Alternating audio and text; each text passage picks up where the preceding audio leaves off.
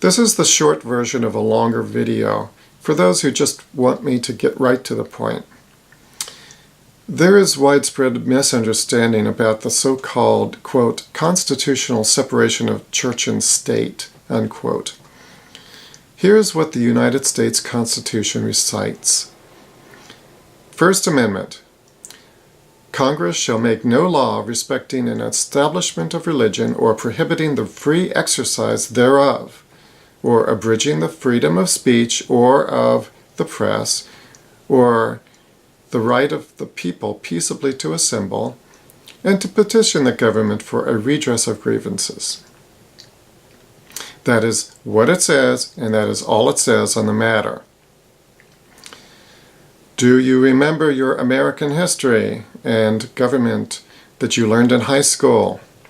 The U.S. Constitution defines three branches of the U.S. government: the executive branch, which is the president, the legislative branch, which is Congress, and the judicial branch, which is the Supreme Court and other federal courts. Congress makes the laws, the courts interpret the laws Congress makes, and the president doesn't do either. Do you remember your English grammar that you learned in high school?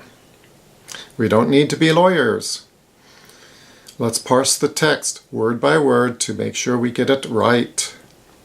Congress, noun, subject of verb, and the subject of the whole sentence. Shall, auxiliary verb.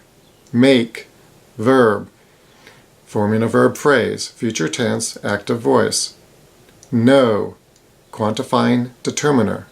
Law, noun, forming a noun phrase, the object of the verb. Respecting, verb participle used as a qualifier. An, indefinite article. Establishment, noun, object of the participle, forming a participial phrase. Of, preposition. Religion, object of the preposition, forming a prepositional phrase. Or, coordinating conjunction. Prohibiting, verb participle, the, definite article. Free, adjective. Exercise, noun. Thereof, adverb, forming a participial phrase. Let's stop there. The subject is Congress. It is not the courts, not the public schools, not another government employer, not a public monument or building, not anything else. Congress. The object is law. Congress shall make no law. The rest of the sentence is a subordinate or dependent clause. Subordinate to Congress shall make no law, which means it all pertains to Congress making a law. The question at hand is, did Congress make a law? If not, then we are done. If so, then we would examine that law which Congress made or is in the process of making. Can the courts read English?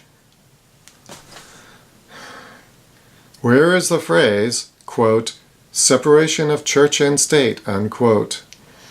It is not in the Constitution. Anywhere.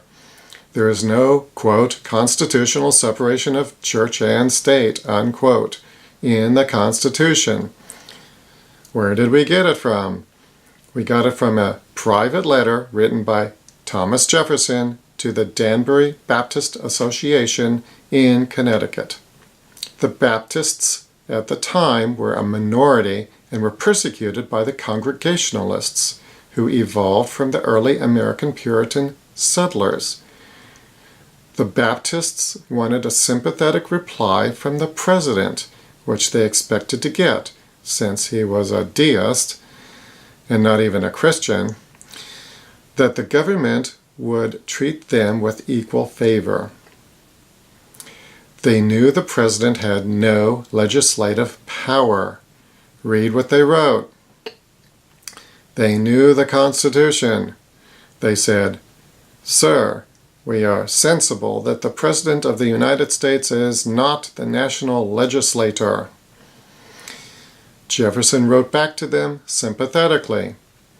Buried in his private letter, he commented, providing his private opinion of the First Amendment, saying, thus building a wall of separation between church and state.